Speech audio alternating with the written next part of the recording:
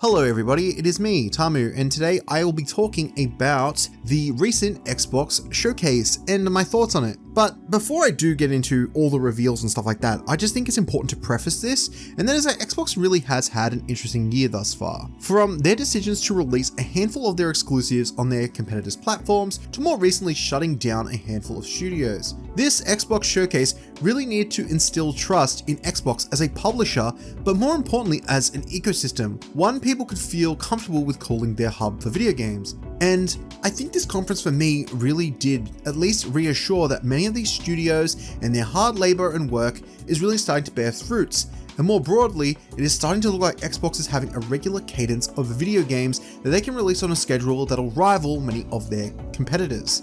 So with that out of the way, and I mean, we have to just look forward to the future and see where things go because Xbox really has been back and forth. Let's get into the near future, the next year or so's worth of slated video games for Xbox. So kicking this showcase off with the first major reveal was Doom: The Dark Ages. This was rumored and leaked to be on its way, and well, here it is, and it looks insane, and it looks to keep evolving on the carnage and adrenaline pumping action that many of its predecessors really introduced, and it looks just like more Doom, but like upped in terms of the ante of combat. And just, I saw that you could ride a freaking dragon in this game, and I'm like, man, this is insane. This game looks intense, and the concept and idea of using a chainsaw shield is one that I still can't get off my mind. I'm looking forward to this one when it drops. And the next game that we saw was State of Decay 3. It had a cinematic trailer and really just showed off a bunch of like just emotion and the world and stuff like that, and it looked nice.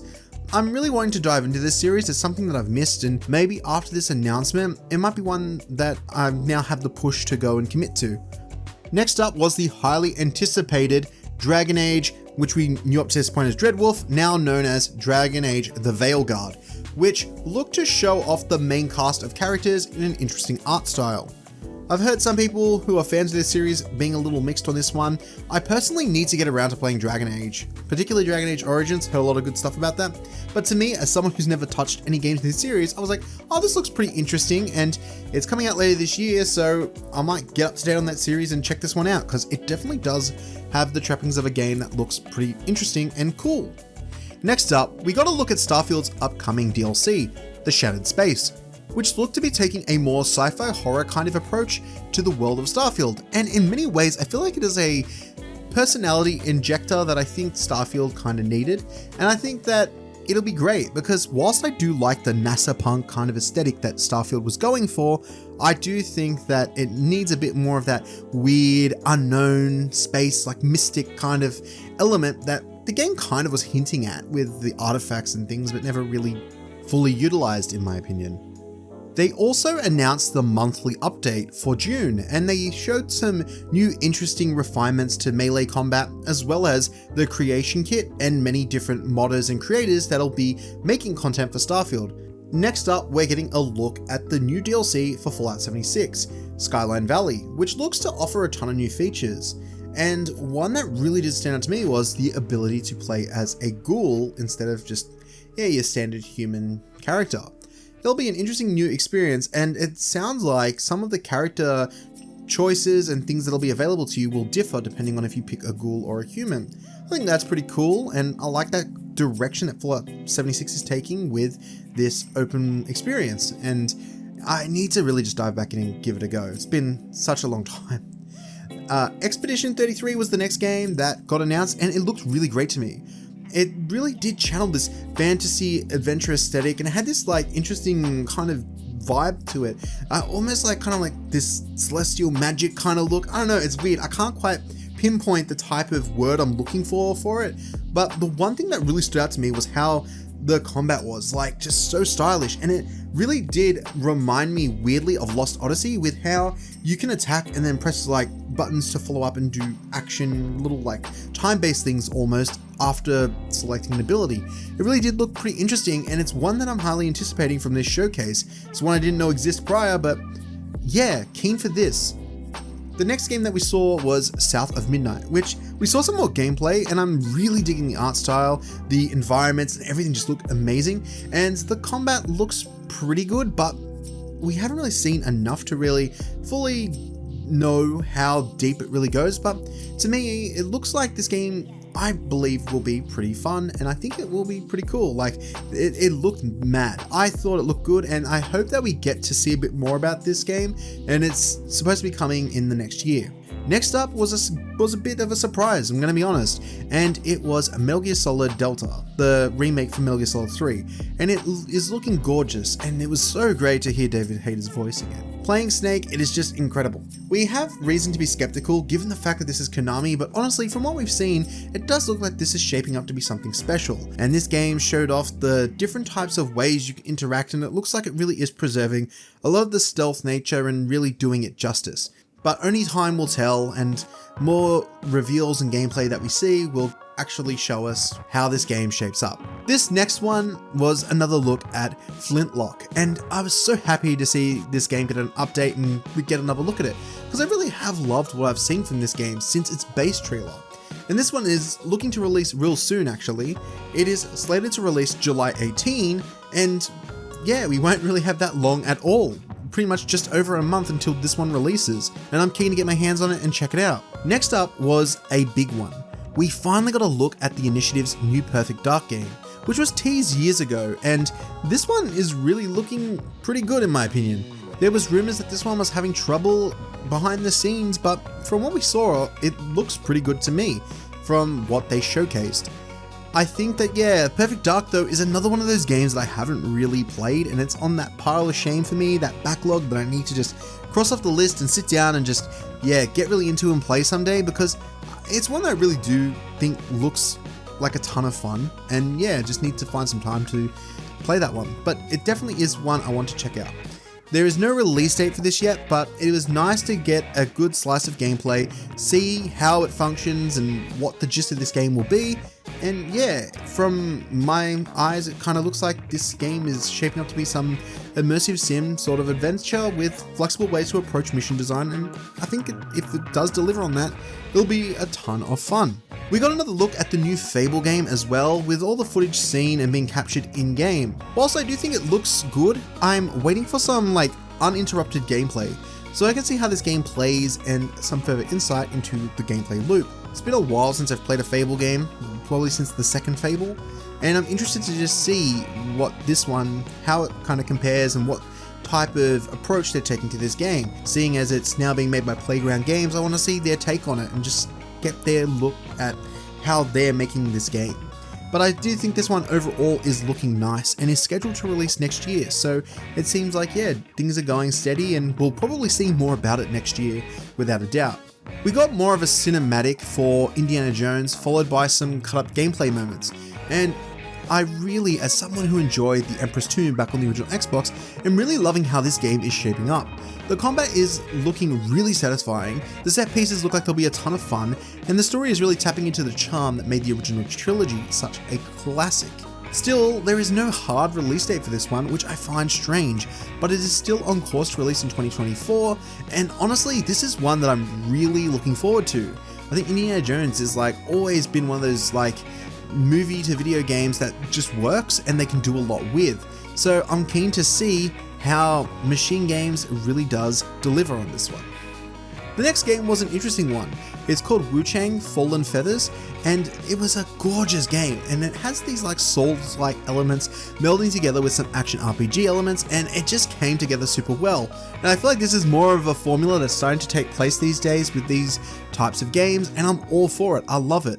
Man, the presentation though is absolutely astounding. I really love the different locales, and I'm keen to see more of the enemies and boss designs too, because they look really sick. I love that type of aesthetic, and there is something that is absolutely sick about it, and I just think that this being on Game Pass as a day one is an absolute win for Xbox, and I suspect that many, similar to how Lies of P was for people last year, will be raving and gushing over this game come 2025 when it releases. Next up, we got another trailer for Avowed, showing a lot of in-game interactions, combat, and exploration. It provided some emphasis on choice and continued to show how nice this game actually does look, and especially with its art direction. I know when the pivot from that more darker setting in that very first trailer and moved to this more lush, fantastical setting, did like annoy a few people, but for me, I really do dig it. I really do like it. And I think it works really well. And I think that the more we see of it, I'm really starting to enjoy it and really starting to get more and more anticipated for what Obsidian has in store. There is still no hard release date for this game either, which is a bit weird, much like how Indiana Jones is just soft locked for 2024, Avowed is still on course for a 2024 release. But yeah, no dates yet, so I'm imagining Xbox will have some other form of mini showcase to talk about these games later in the year. Next up, we got to look at a new game from Rebellion called Atomfall, which looks pretty cool. It looks weirdly like many games while simultaneously feeling like none of them. It has this really interesting quasi-futuristic setting with some mystical, fantastical elements, and it's set in Britain. And I'm keen to check this one out. It looks like it could be a really fun game and really different to a lot of other types of games that we see. And it's scheduled to release in 2025, and much like many games on this list, will be a day one for Game Pass. So yeah, when that one rolls around, happy to check that one out because it looks like it might just surprise many of us, myself included. Next up, we got gameplay for the new Assassin's Creed Shadows. And honestly, if you have seen my recent video, you'll know how I feel about Ubisoft's recent business practices. However, this gameplay, and external to all the bullshit with how Ubi is selling this game, Assassin's Creed Shadows actually looks pretty fun, and I think that there is a lot to take away from this trailer that looks to be marrying the action found in modern AC games with the stealth origins of the originals. I feel like it's both these characters that will tap into the two different playstyles of the Assassin's Creed that have been carved out over the years, and the environments and flow of combat look like they're a lot of fun and a great place to be in. And I'm really like digging the Japanese setting that this will be taking place in, and really liking the dynamic between these two characters and their playstyles. It was only just a little bit to take away, and I guess I am assuming a bit here, but I'm sure that we will see more at the Ubisoft Forward tomorrow, and I'm really keen for that. And I think that overall, this game has potential to really wow us. The next game we got to look at was Stalker 2. And as I mentioned in my games I'm excited for this year video, Stalker 2 is one that's really high on this list. The latest trailer showed off more combat, more locales, and a lot of the gunplay as well. And I gotta say, I know that I've said this a lot in this video, but man, this game is beautiful. The various locations and the fact that we get a bit more of a look at the open world in this trailer really just gets me excited to get lost in this world and just, yeah, like fully explore it and just, yeah, this game looks incredible. There is a lot here, and Stalker is one of these games that I've really wanted to play for a while, and I've had many people tell me for a long time, you'll love Stalker, you love Fallout, you love all these types of games, just check out Stalker. So I guess like this year is like my chance to really catch up on this series and see all the beauty and the amazing gameplay and story that this game has in store. And I think that many will be in the same boat. I think once this game comes out, like a lot of people who have heard of this game will see just how incredible it really is. And I think that this one will surprise us. I'm just talking completely from an ignorant standpoint as someone who's never played it, but it just gives me those vibes. And I guess like we'll see how good this game really is come September 5th when it releases. The next game was the big final reveal before the Call of Duty Direct, and that was for a new Gears of War game. But it isn't the long-awaited Gears 6. This is a prequel story to the original trilogy, showing a young Marcus Phoenix and our boy Dom back on the scene. This cinematic hit hard, and I'm sure that like many of us here are a bit sad that it's not Gears 6, but this one was cool, and I'm keen to see like what they do with it. Going back with a prequel, it'll be interesting to see what they do with this game. There is no release date for this one, but this was a great show closer and a great window into what's to come a bit in the long term in the future. So that was the Xbox showcase. After them showing off a mid-console refresh, we then dived into the Call of Duty Black Ops 6 Direct. So how was that? Did you enjoy it? Well, yeah, it was pretty interesting. They had a lot of changes to combat, primarily movement, with us feeling more like Max Payne when we're diving and proning around to take down enemies, which I thought was really interesting because we haven't really seen crazy changes to movement in a long while. I mean, there was wall running and jetpacks in the more futuristic games, but I mean like a much more like simpler thing that is kind of akin to the dolphin dive from the original Black Ops hasn't really taken a form to like foundationally changing combat. And I think that that's a cool thing that whilst it doesn't fully change the game in a way that like feels too over the top, it can have enough of an impact to make the game feel fresh and new in a different way.